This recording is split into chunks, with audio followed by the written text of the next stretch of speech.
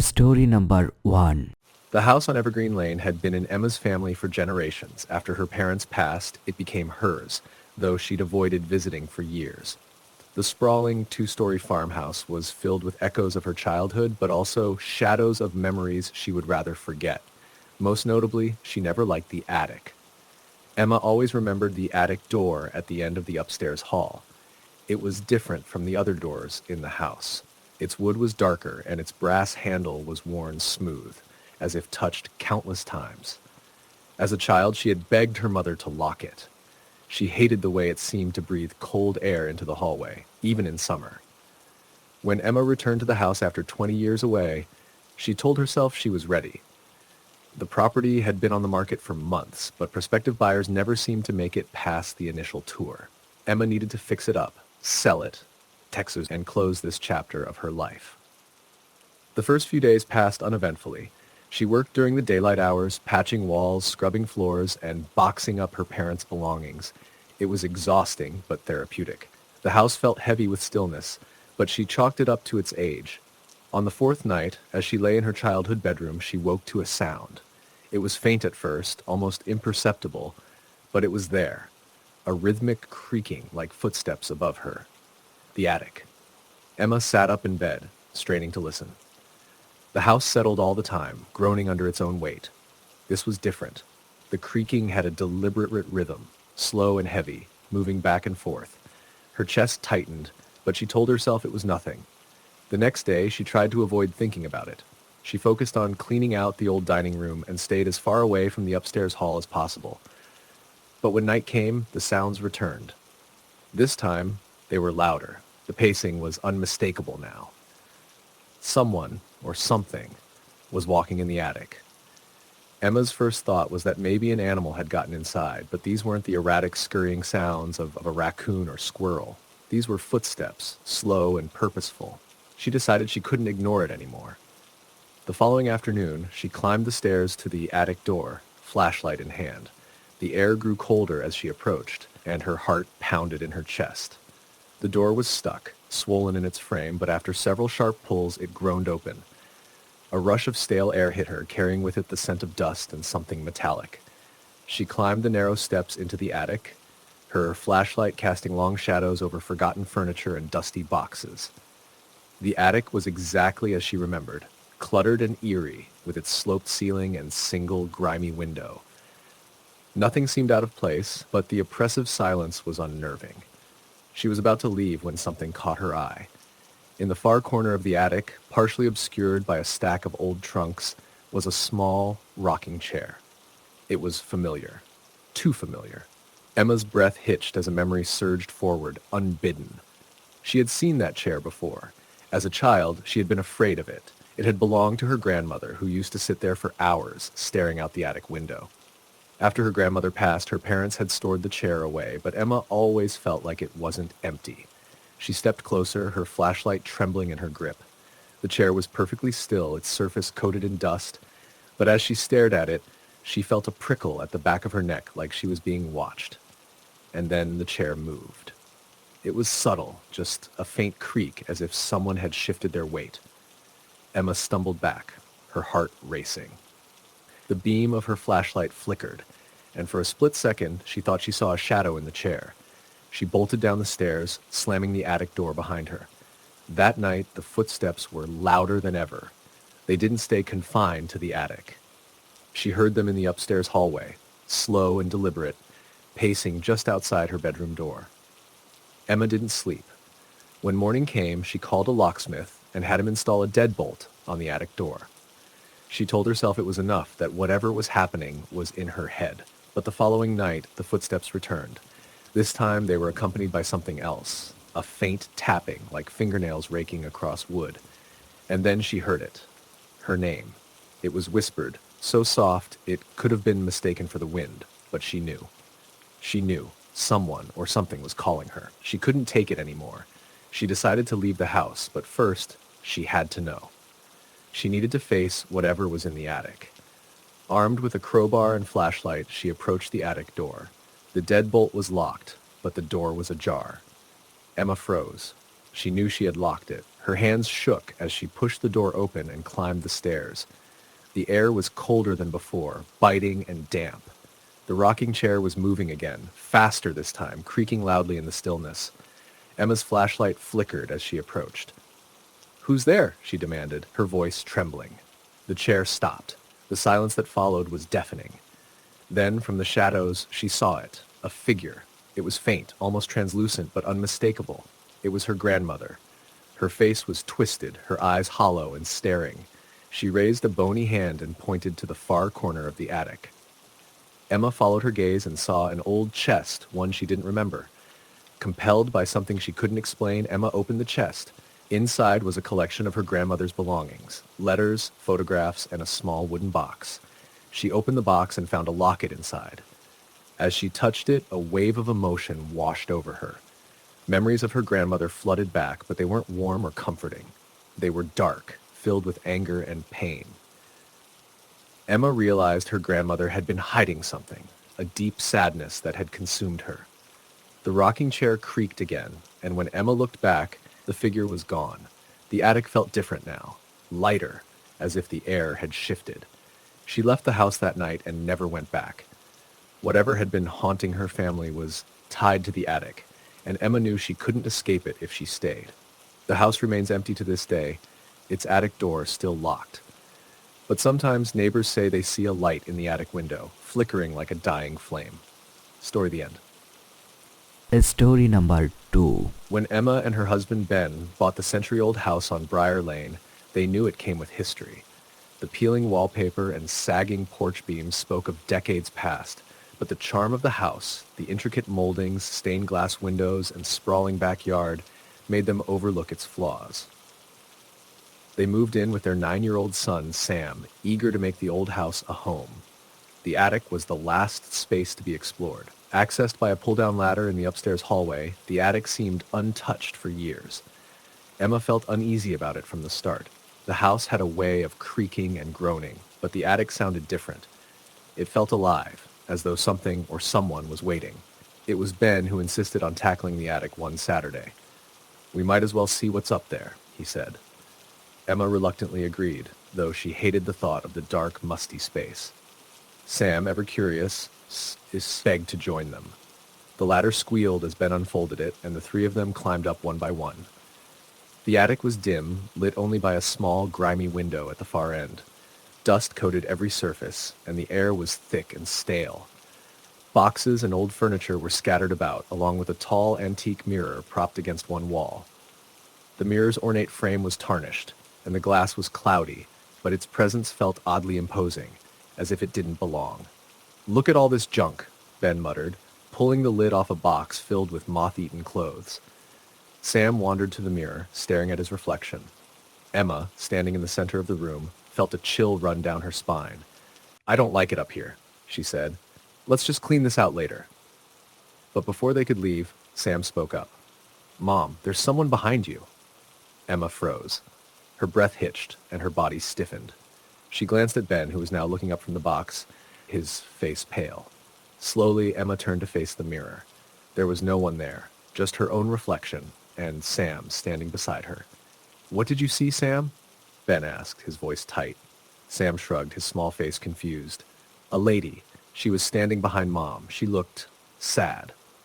Emma grabbed Sam's hand and led him downstairs. "We're done with the attic for today," she said firmly. Ben didn't argue. That night, Emma had trouble sleeping. She lay awake, staring at the ceiling, every creak of the old house amplifying her unease. Around 2 a.m., she heard it, a faint thumping sound, slow and deliberate. It was coming from above them. The attic. Emma shook Ben awake. "Do you hear that?" she whispered. Ben groaned but listened. The thumping came again, louder this time. His eyes snapped open. "Stay here," he said, getting out of bed. "Don't go up there," Emma pleaded. But Ben was already in the hallway, pulling down the attic ladder. He climbed up, flashlight in hand. Emma held her breath, straining to hear. After a few tense minutes, Ben came back down, shaking his head. "Nothing's up there," he said. "It's probably just the wind or a raccoon." Emma didn't believe him, but she didn't press. She just wanted the night to be over. The following days were filled with more unsettling incidents. Emma would find the attic ladder pulled down when no one had touched it. Sam started complaining about nightmares, saying the sad ladies who came to visit him at night. One evening, as Emma folded laundry in the bedroom, she caught movement out of the corner of her eye. She turned to see the attic door slowly lowering itself, the ladder creaking as it extended downward. She screamed and Ben came running. "It just opened on its own," she said, pointing at the ladder. Ben grabbed a flashlight and stormed up the stairs, determined to prove there was nothing wrong. Emma waited anxiously at the bottom. After a few minutes, Ben called down, his voice shaky. "Emma, you need to come see this." Her heart pounded as she climbed the ladder. Ben was standing near the mirror, shining his flashlight on the glass. There, written in the dust, were 3 words: "Help me, please." Emma's stomach churned. "We're leaving," she said, grabbing Ben's arm. But he hesitated. "Maybe there's something here," he said. "Something we need to understand. What if it's just—" He paused, struggling for an explanation that didn't sound ridiculous. Emma didn't care. "I don't want to understand. I want to get out of this house." But leaving wasn't as simple as it seemed. The house was their dream home, and moving again wasn't financially feasible. Ben convinced Emma to stay, promising they'd figure it out. That night, Emma couldn't sleep. She kept replaying the image of the words scrawled in the mirror. Around 3 a.m., she woke to Sam standing at the foot of their bed. His eyes were wide and his face pale. "Mom," he whispered. "She's in my room." Emma shot up, her heart racing. "Who, honey?" "The sad lady. She keeps crying. She says she's trapped."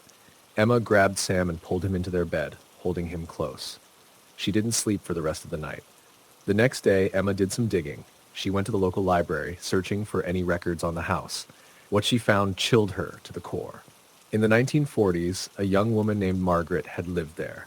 According to old newspaper clippings, Margaret's parents had kept her locked in the attic because of her fits, what today would likely be diagnosed as epilepsy. She had died up there alone after falling and hitting her head.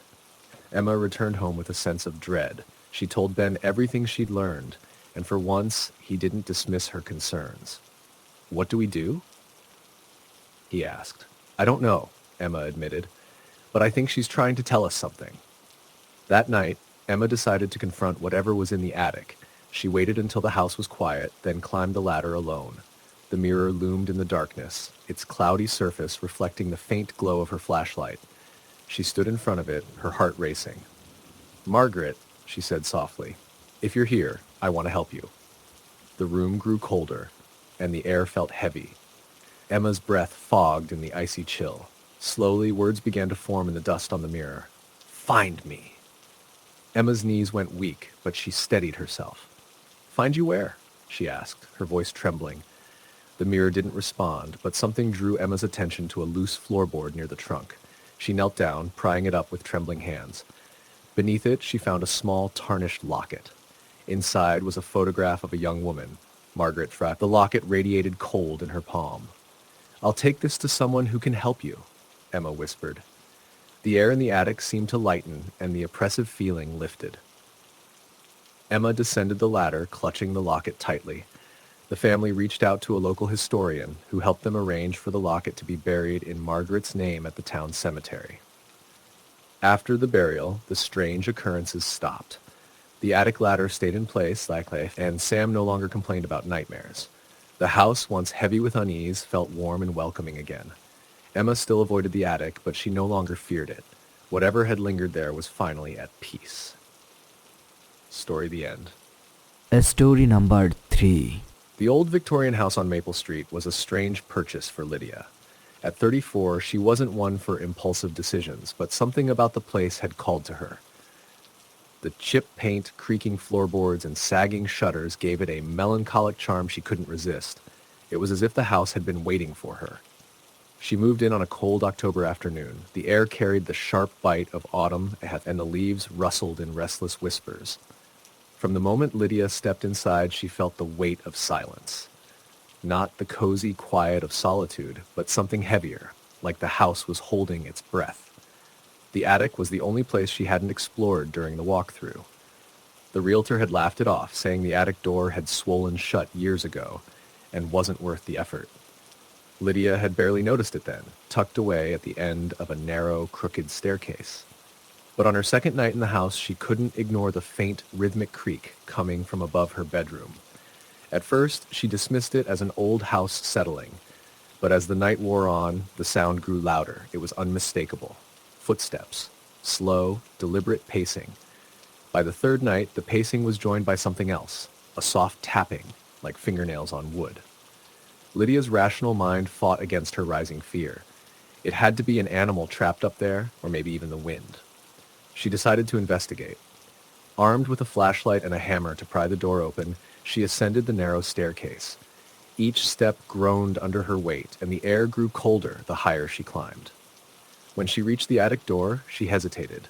The wood was dark and warped, and something about it felt wrong. But she shook off the unease and began prying it open. The door gave way with a loud crack, and a rush of icy air spilled out, carrying with it the scent of mildew and something metallic. The beam of her flashlight cut through the darkness, revealing a dusty, cluttered space filled with old trunks, cobwebbed furniture, and a rocking chair in the center.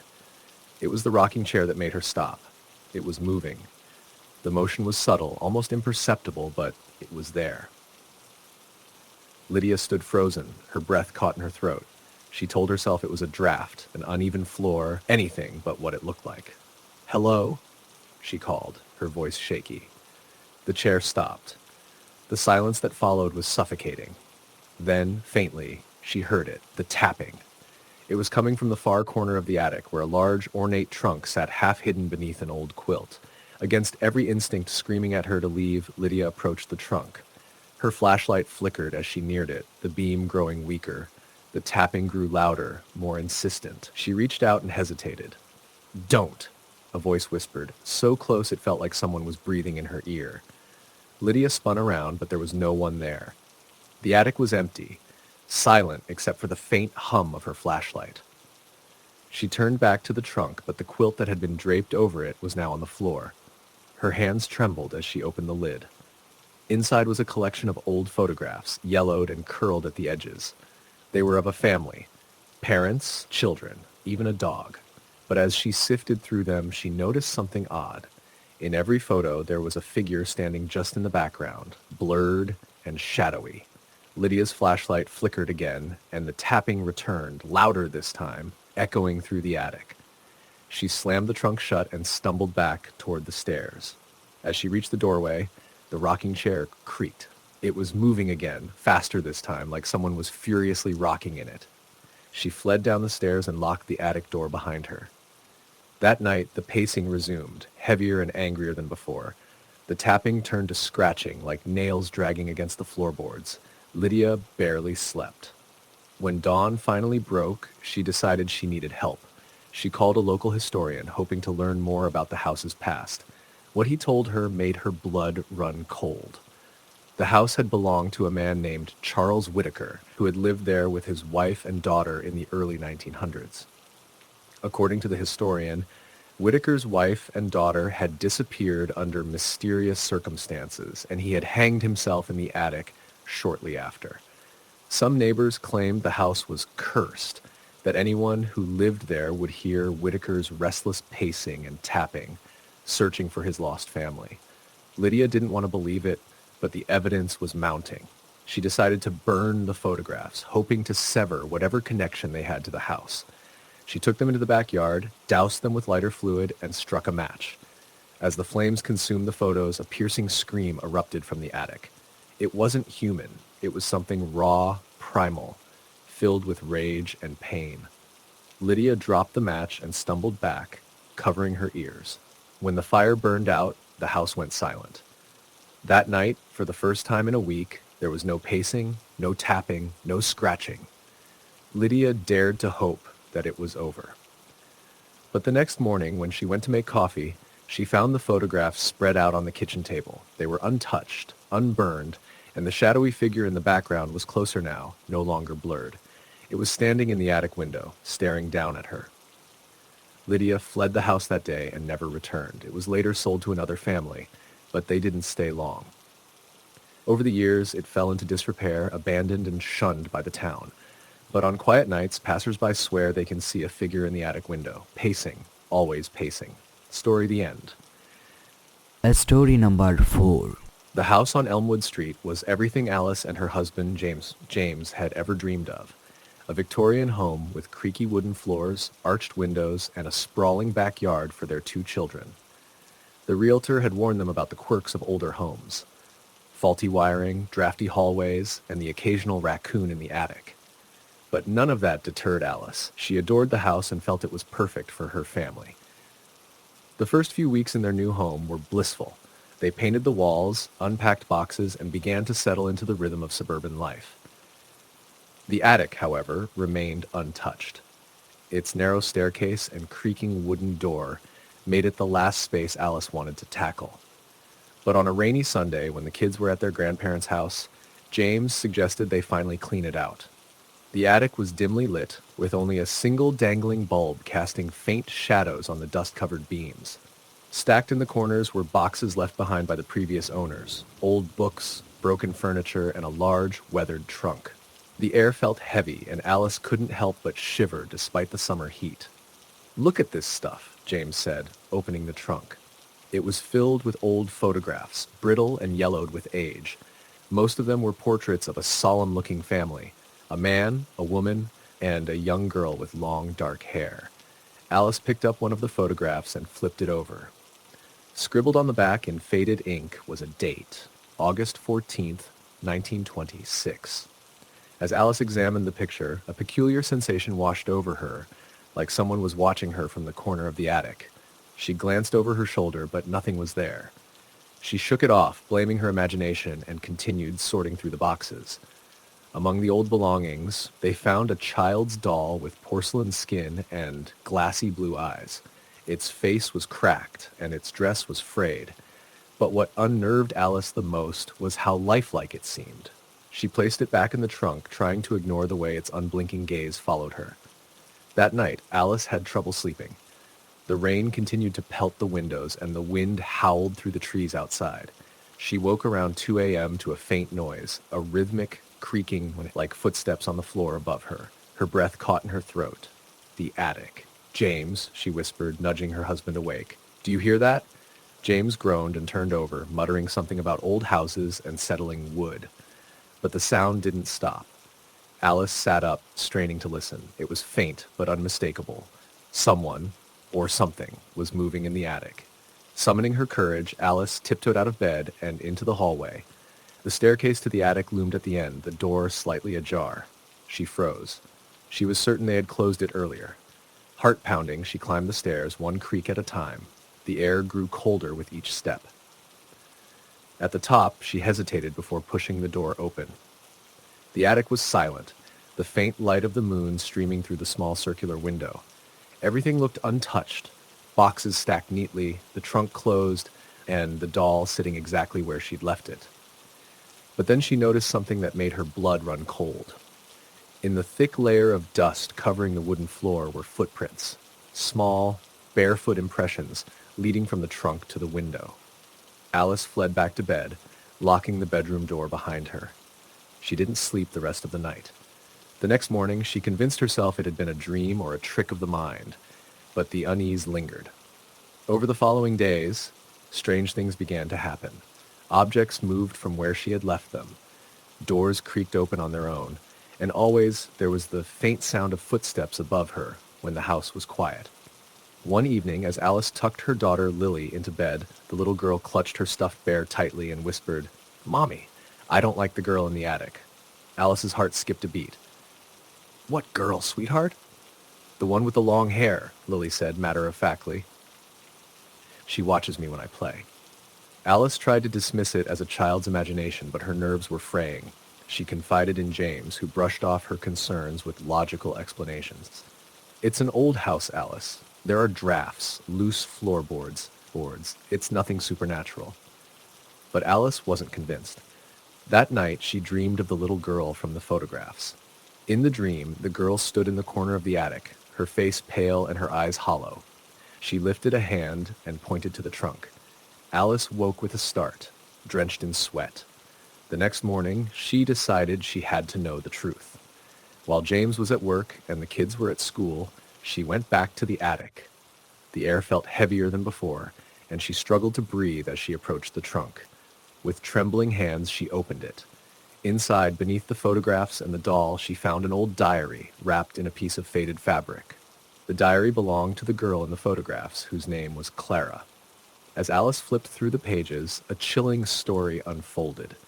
Clara had been locked in the attic by her parents as punishment for misbehavior. Over time, the entries grew more desperate, her handwriting more erratic. The last entry read, "They don't hear me anymore. I'm so cold. I just want to come downstairs again."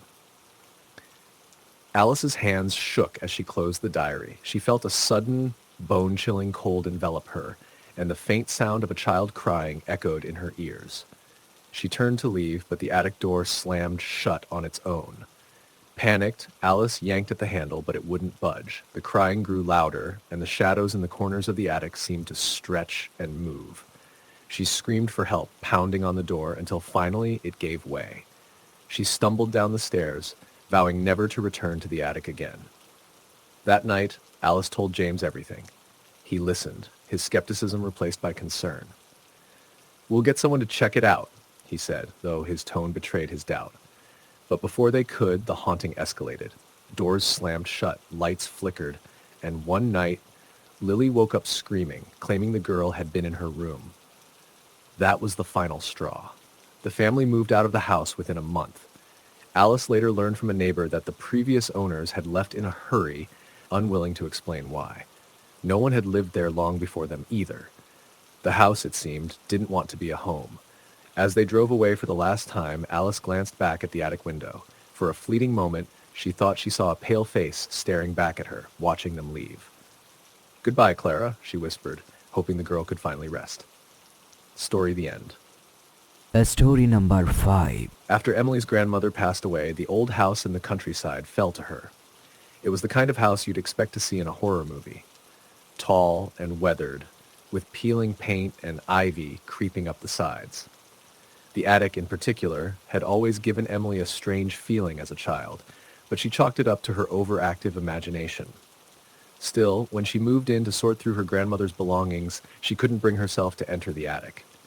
The door, tucked away at the end of a narrow hallway, seemed almost alive. Its chipped white paint and brass handle caught her eye every time she passed, but she left it alone. She had enough to deal with: dusty furniture, old clothes, and stacks of handwritten letters. For the first few days, the house was quiet, save for the usual creaks and groans of an old building settling into itself. But on the fourth night, as Emily lay in bed scrolling through her phone, she heard a faint scraping sound. It was coming from above. She froze, listening intently. The noise was soft but steady, like something dragging across the floor of the attic. Her rational mind told her it was just a rodent, maybe a raccoon or a squirrel. Still, she couldn't shake the uneasy feeling that crawled over her skin. The next day, she decided to call an exterminator. The man arrived with a flashlight and a confident air, ready to put her fears to rest. But when she led him to the attic door, his demeanor shifted. "That's an old lock," he muttered, pointing to the tarnished brass handle. "Do you have the key?" Emily nodded and retrieved it from the kitchen drawer, where it had sat untouched since she'd moved in. The key was heavy, cold to the touch, and slid into the lock with a reluctant click. The exterminator opened the door and disappeared up the narrow staircase. Emily stayed at the bottom, hugging herself as a chill swept down from the attic. Minutes passed. "Find anything?" she called up. There was no response. "Hello?" She tried again, her voice louder this time. Finally, the man reappeared, his face pale. "There's no sign of rodents," he said quickly, brushing past her. "Probably just the house settling. Old wood makes noise." Before she could ask anything else, he was gone, muttering something about needing to check his schedule. That night, the sounds returned, louder this time. The scraping was joined by faint thuds, as if someone or something was moving furniture around above her.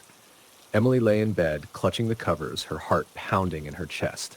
She tried to tell herself it was nothing, but deep down she knew better. The next morning, she decided to face the attic herself. Armed with a flashlight and a broom, her makeshift weapon, she unlocked the door and climbed the stairs. The air grew colder with each step, and the smell of mildew filled her nose. The attic was exactly as she remembered it from childhood, cluttered and eerie. Boxes were stacked haphazardly, and an old rocking chair sat in one corner, its wooden frame coated in dust. The only light came from a small, grimy window at the far end of the room. Emily scanned the space, her flashlight beam darting over the shadows. Nothing seemed out of place. She was about to turn back when she noticed something strange. The rocking chair was swaying gently as if someone had just been sitting in it. Her breath caught. The attic was still, no draft, no wind. She stepped closer, her pulse racing. As she reached the chair, her flashlight flickered and died, plunging the attic into darkness. A soft whisper broke the silence. "Emily?" She froze, the sound sending ice through her veins. The voice was faint, but unmistakable. It came from somewhere behind her. She spun around, fumbling with her flashlight, but it refused to turn back on. In the dim light from the window, she thought she saw a figure, a woman, her face obscured, standing in the shadows near the attic door. Emily's throat tightened. "Who's there?" she managed to croak. The figure didn't move. Gathering every ounce of courage she had, Emily backed toward the stairs, her eyes never leaving the shadowy form. The woman seemed to watch her, silent and still, until Emily finally bolted down the steps, slamming the door shut behind her. For hours, she sat in the kitchen, trembling. She tried to convince herself it was just her imagination, a trick of the light. But deep down, she knew what she'd seen.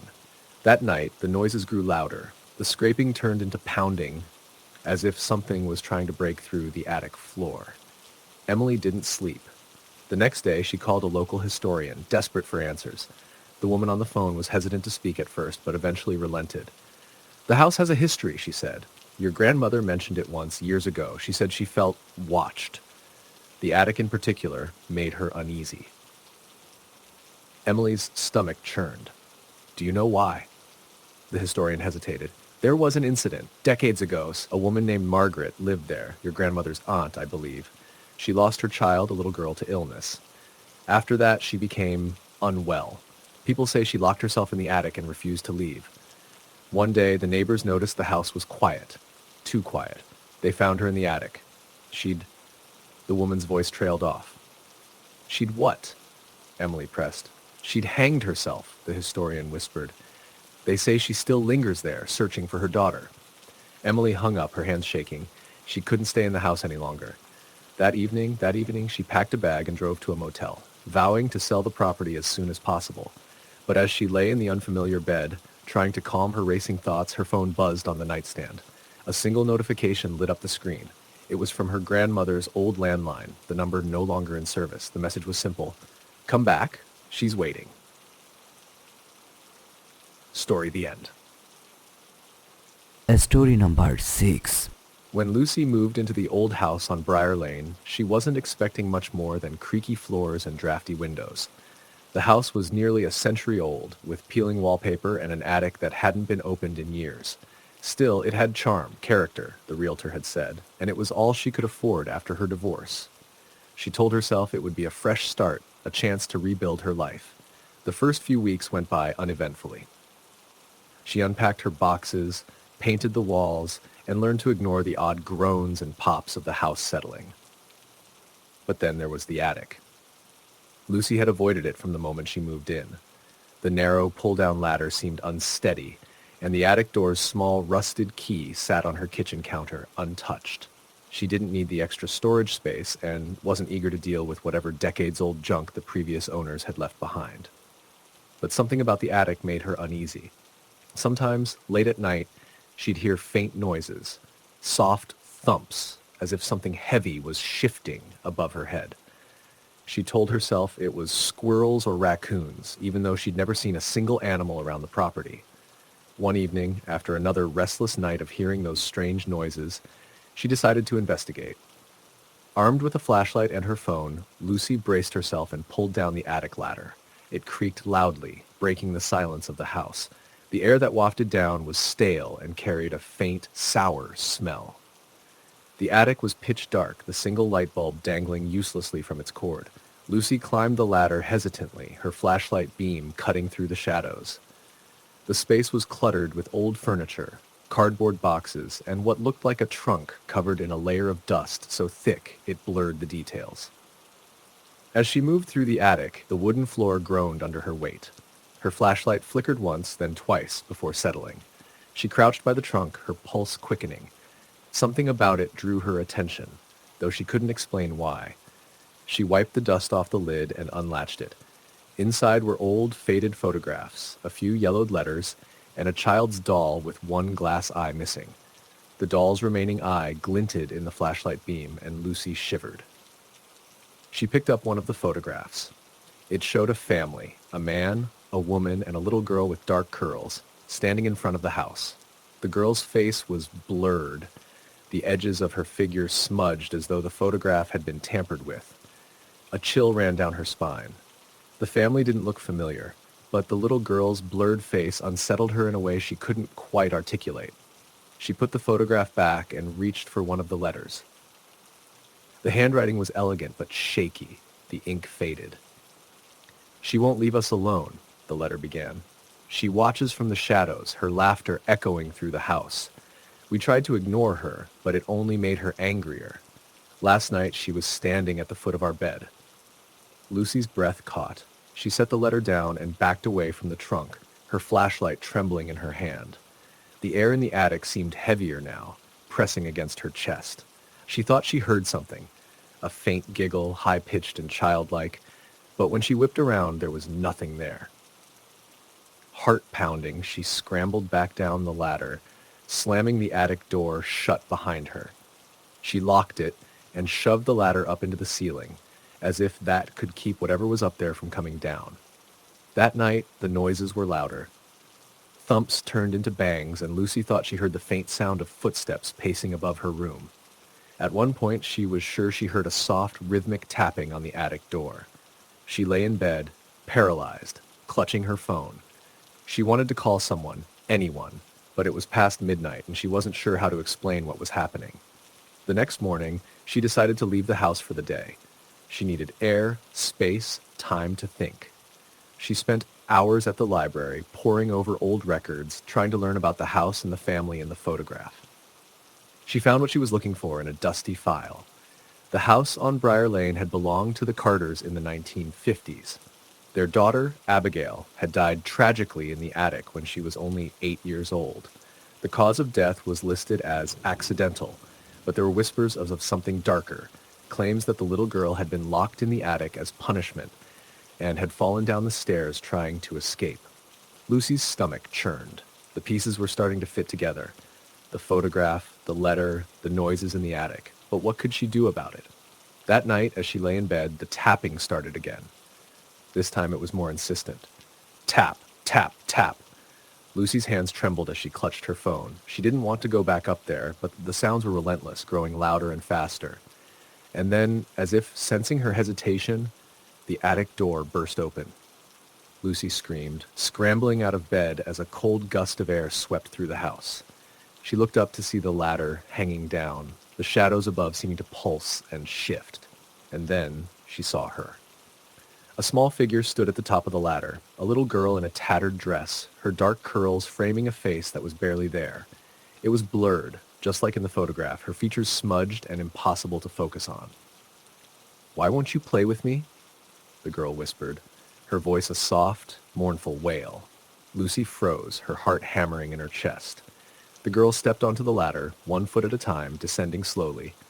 "Please," the girl said, her voice cracking. "I'm so lonely." Lucy backed away, tears streaming down her face. "I can't help you," she choked out. The girl stopped halfway down the ladder, her blurred face tilting to the side. "You can," she said. "You just don't want to." The lights in the house flickered, and Lucy felt a cold hand brush against her arm. She screamed again, running for the door, but it wouldn't budge. The girl's laughter echoed around her, growing louder and more distorted. And then, just as suddenly as it had started, everything stopped. The attic door slammed shut, the laughter ceased, and the house was silent once more. Lucy didn't sleep that night. She called a friend the next morning and begged for help moving out. She didn't care about breaking her lease or losing her deposit. She just needed to leave. As the movers carried her boxes to the truck, Lucy stood in the driveway, staring at the house. The attic window seemed darker than the rest, a shadow moving just behind the glass. She turned away, vowing never to look back. Story the end. Story number 7. The house was never meant to be Mary's. It was a coincidence, really, that the listing had caught her eye. It was an old Victorian on the outskirts of town, the kind of place that creaked with every breeze and carried whispers in its walls. To anyone else, it might have looked like a money pit, but to Mary, it felt like a new start. She moved in during the fall, just as the days grew shorter and the nights colder. The house had a strange charm, though it was undeniably eerie. The wallpaper peeled in the corners, the stairs groaned underfoot, and every now and then Mary thought she smelled something faintly sweet and rotten like decayed flowers. But it was the attic that unnerved her the most. The attic door was at the end of a narrow hallway on the second floor. Unlike the other doors in the house, it was smaller, almost childlike in scale, and painted a dull gray. The handle was old brass, tarnished to a sickly green. From the moment she first walked past it, Mary felt uneasy. It wasn't just its appearance, it was the way the air seemed colder near the door, heavier somehow. For weeks, she avoided it. She told herself it was just an old attic and there was nothing to be afraid of, but every time she passed the door, a chill ran down her spine. At night, when the house settled into its strange, rhythmic creaks, she swore she heard faint noises from above her room. Sometimes it was the sound of shuffling, other times a soft tap, tap, tap. She tried to ignore it, burying herself in the task of unpacking and making the house livable. But on the third week, she woke in the middle of the night to a loud thud. The sound had come from the attic. Her heart pounded as she sat up in bed, straining to listen. For a long moment, there was only silence. Then came the creak of footsteps, slow and deliberate, moving across the floor above her. Mary froze, clutching her blanket to her chest. Someone was in the attic. The police arrived quickly after her frantic call. 2 officers swept through the house, their flashlights cutting through the shadows. Mary stood at the foot of the stairs, her hands trembling. The officers checked every room, every closet, and finally made their way to the attic. When they came back down, they shook their heads. "There's no one here, ma'am," one of them said. "It's probably just an animal. Old houses like this, you get squirrels or raccoons nesting in the attic. We'll lock it up for you, just in case." Mary nodded, though her gut told her it wasn't an animal. That night, she barely slept. The following day, she decided to face the attic herself. Armed with a flashlight and a broom, she unlocked the door and climbed the narrow staircase. The air grew colder with each step, and the smell hit her again, sickly sweet, cloying, and rotten. The attic was cluttered with old furniture, boxes, and trunks. Dust swirled in the beam of her flashlight, and the silence was oppressive. She walked slowly, her footsteps stirring the thick layer of grime on the floorboards. Then she saw it. In the far corner of the attic, tucked behind an old wardrobe, was a small wooden chest. It looked out of place, newer than everything else in the room. Her hands trembled as she knelt and opened it. Inside were photographs, black and white and yellowed with age. They showed a family, a man, a woman, and a young girl, maybe 6 or 7 years old. But there was something strange about the pictures. In every one, the little girl was alone, her face solemn, her eyes wide and hollow. The parents stood behind her, their expressions unreadable, almost cold. Beneath the photographs was a doll. Its porcelain face was cracked, its dress stained and tattered. Mary felt a shiver crawl up her spine as she stared at it. She didn't know why, but the sight of the doll filled her with dread. That night, the noises grew louder. The footsteps were no longer confined to the attic. They moved down the hallway outside her room. Mary locked her bedroom door, her heart racing as the sounds grew closer. Then came the whisper. "Why did you take my doll?" The voice was soft, childlike, and it sent ice through Mary's veins. She clamped her hands over her ears, but the whisper came again, louder this time. "You shouldn't have touched it." The next morning, Mary tried to convince herself it was a nightmare. She decided to return the doll to the attic. Maybe if she put it back, everything would stop. When she opened her bedroom door, she froze. The doll was sitting in the hallway, its head tilted, its empty eyes staring at her. Mary screamed and ran out of the house. She spent the day at a friend's place, trying to make sense of what was happening. When she finally worked up the courage to return, it was nearly midnight.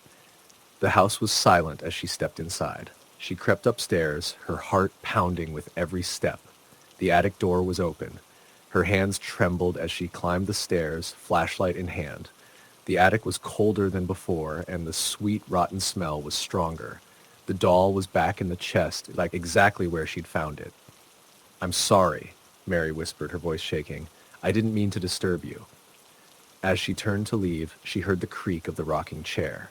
She hadn't noticed it before, but there it was, in the corner by the window, swaying gently as if someone were sitting in it. Mary didn't wait to see more. She fled the house and never returned. The house remains empty to this day. Neighbors say the attic window sometimes glows faintly at night, as if someone is watching from within. Story number 8. The house on Maple Street was never supposed to be a permanent home. It was a fixer-upper, a stepping stone for Amy and her husband, Mark, as they saved for something newer, something brighter. Still, the price was right, and the neighborhood was quiet. A perfect place for their 4-year-old daughter, Lily. The attic, however, made Amy uneasy from the moment they moved in. The door, small and warped, was tucked into the hallway ceiling. When pulled down, a rickety ladder descended with a groan. Amy had only been up there once during the initial walkthrough. The space was large but stifling, filled with the smell of mildew and old wood. Dust coated the few scattered objects left behind by the previous owners: a cracked lamp, an old trunk, and a weathered rocking horse. She had quickly decided the attic was best left untouched. For the first few weeks, the family settled in with little trouble. The days were spent unpacking and repainting, while nights brought the usual creaks and groans of an old house adjusting to its new inhabitants. But it wasn't long before Amy noticed something odd. Lily had developed a fascination with the attic. Amy would often find her in the hallway, staring up at the door. When asked, Lily would simply say, "I like the lady who lives up there." At first, Amy laughed it off. "Oh, does she have a name?" she teased. Lily nodded solemnly. "Her name is Claire. She's sad because she lost her baby." The words sent a chill down Amy's spine. "Where did you hear that, honey?" "She told me," Lily said matter-of-factly. Mark brushed it off as a child's overactive imagination, but Amy couldn't shake her discomfort. She made a mental note to avoid letting Lily near the attic. One night, Amy woke to the sound of faint creaking. At first, she thought it was the wind rattling the old house, but as she listened closer, the sound became rhythmic, almost like footsteps. It was coming from above them, the attic. "Mark," she whispered, shaking him awake. "Do you hear that?" He groaned, half asleep. "It's just the house settling." But Amy knew it wasn't. She lay awake for hours, listening as the creaking continued, stopping just as the first light of dawn crept through the curtains. The next morning, Amy decided to investigate. While Mark was at work and Lily was at preschool, she pulled down the attic ladder and climbed up. The air was stale and heavy, and the dim light from the single bulb barely illuminated the space. Everything looked as she remembered it: the trunk, the rocking horse, the piles of forgotten junk. But then she noticed something new. The dust on the wooden floor was disturbed, as though someone had been walking in circles. And there, in the corner, was the rocking horse. It was moving, ever so slightly, the creak of its joints echoing in the stillness. Amy backed down the ladder, her heart racing. She slammed the attic door shut and locked it. That evening, she told Mark what she had seen, but he only laughed. "It's probably a draft," he said, "or mice." That night, the creaking returned. This time, it was louder, more deliberate. Amy pressed her ear to the ceiling, her pulse quickening. She could hear something else now, a faint sound like a soft, mournful humming. Terrified, she nudged Mark awake again. "You need to go check," she insisted. Mark sighed, but reluctantly climbed the ladder. Amy waited in the hallway, clutching a flashlight. He was up there for what felt like an eternity before finally coming down. "Nothing's there," he said, though his face was pale. But Amy wasn't convinced. Over the next few days, the noises intensified. The creaking became more frequent, the humming louder. Lily began talking more and more about Claire. She said Claire was sad because she couldn't find her baby, and that Claire didn't like it when Amy went into the attic. "She told me to tell you to stay out," Lily said one afternoon, her voice eerily calm. Amy decided enough was enough. She called the realtor who had sold them the house and asked if she knew anything about the previous owners. The realtor hesitated, but eventually admitted that a woman named Claire had lived there in the 1950s. Claire had suffered a tragedy when her newborn died in the attic. Stricken with grief, she hanged herself in the very same room. Amy felt sick. She shared the story with Mark, but he was still skeptical. "It's just an old house with a sad history," he said. "That doesn't mean it's haunted." But Amy knew better. That night, as the family sat in the living room, the creaking started again, louder than ever. This time, it was accompanied by the unmistakable sound of the attic door opening. Amy and Mark froze. Lily, sitting on the couch with her stuffed bear, looked up at the ceiling and smiled. "Claire's coming," she said. Mark grabbed a flashlight and stormed upstairs. Amy followed, her heart pounding. The attic door was open, the ladder fully extended. Mark climbed up, his jaw set in determination. "Be careful," Amy called after him. She waited, her hands trembling. The seconds stretched into minutes. Then she heard Mark scream. He scrambled down the ladder, his face white as a sheet. "We're leaving," he said, grabbing Amy's arm. "What did you see?" she demanded, but Mark wouldn't answer. He refused to speak about it, even as they packed their bags and checked into a motel that night. The next day, they returned only to grab essentials. Amy glanced up at the attic window as they pulled away. For a moment, she thought she saw a figure standing there, a woman with hollow eyes and a sorrowful expression, holding something small in her arms. Then the window was empty. The family never went back to the house. They sold it at a loss, desperate to move on. But sometimes, late at night, Amy still hears the faint sound of creaking, as though Claire's sadness has followed them, lingering just out of sight. Story the end. Story number 9. When Lauren and David purchased the old farmhouse on the edge of town, they knew they were signing up for some work. The house, over a century old, had stood vacant for nearly a decade, its paint peeling and shutters hanging askew. But the price was unbeatable, and the potential was undeniable. Lauren envisioned a life in the countryside, their young daughter Abby running through the wildflower-filled yard while they worked to restore the house to its former glory. The attic was one of the first things Lauren noticed when they toured the house. A small door with a brass knob at the end of the second-floor hallway led to a steep staircase. She didn't go up during the showing. It felt intrusive, as if the space had been waiting in silence too long and didn't want to be disturbed. But after they moved in, curiosity got the better of her. The attic was dark, with only a narrow window letting in slivers of pale sunlight. Cobwebs stretched between the wooden beams, and dust clung to the stale air. The space was cluttered with remnants of the previous owner's life, wooden crates, faded magazines, and an old rocking chair in one corner. But what caught Lauren's attention was a steamer trunk, large and weathered, sitting near the window. Something about it seemed off, though she couldn't explain why. "Let's leave it for now," David said when she brought it up later that day. "We have enough work to do downstairs." Lauren agreed, though she found herself thinking about the trunk often. Whenever she walked past the attic door, she felt an inexplicable chill. The first strange incident happened a week after they moved in. Lauren was unpacking boxes in the living room when Abby wandered in, clutching an old porcelain doll with wide blue eyes and a faded lace dress.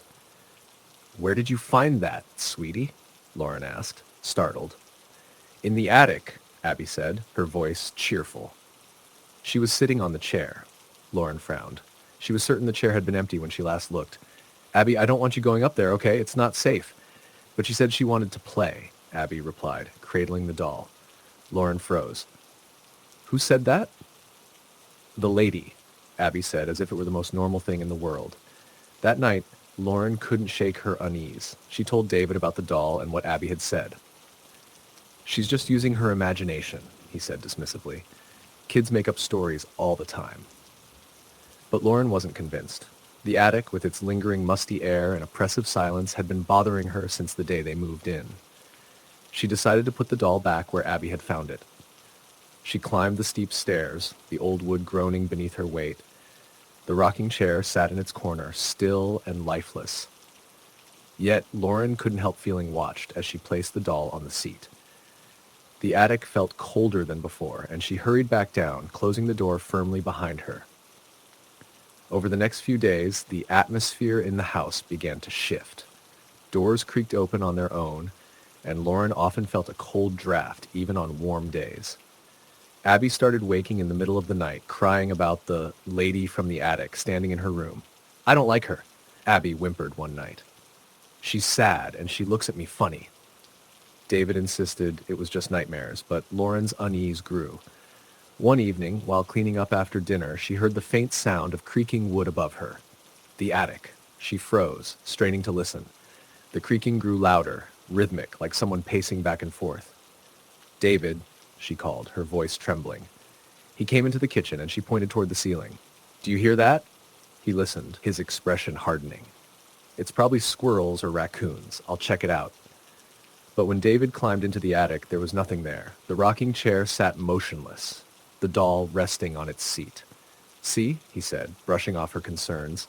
Old houses make noise. Lauren wanted to believe him, but she couldn't shake the feeling that something wasn't right. That night, she woke to a faint noise, a whispering sound, so soft it could have been mistaken for the wind. She sat up in bed, holding her breath.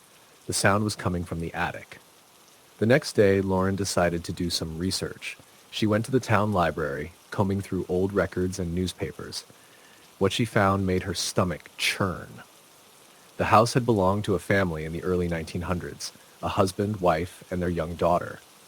The daughter, Grace, had died tragically after falling from the attic window. The wife, consumed by grief, reportedly spent the rest of her days rocking in that same attic chair, clutching her daughter's doll. Lauren returned home with a sinking feeling. She told David what she'd learned, but he was skeptical. Even if it's true, it doesn't mean anything. There's no such thing as ghosts. That night, the house felt heavier, as if the very air had thickened. Around 3 a.m., Lauren woke to the sound of the rocking chair creaking. She shook David awake, but he grumbled and rolled over. Heart pounding, she grabbed a flashlight and made her way to the attic. The door was ajar, though she was certain she had closed it earlier. She climbed the stairs, the creaking growing louder with each step. When she reached the top, the flashlight beam landed on the rocking chair. It was moving, slowly and steadily, as if someone invisible was sitting in it. The doll lay on the floor in front of it, its glassy eyes staring up at her. "Who's there?" Lauren whispered, her voice trembling. The rocking stopped. The attic fell silent. Suddenly, the flashlight flickered and went out, plunging her into darkness. She felt a cold breeze brush past her, and for a split second she thought she saw a figure, a woman, pale and gaunt, standing by the window. Then, just as quickly as it appeared, it was gone. Lauren fled down the stairs, locking the attic door behind her. She didn't sleep for the rest of the night. The next morning, she told David they needed to leave. "This house isn't right," she said. "I don't care about the money. We can't stay here." David finally relented. They packed up over the next week, moving into a small rental on the other side of town.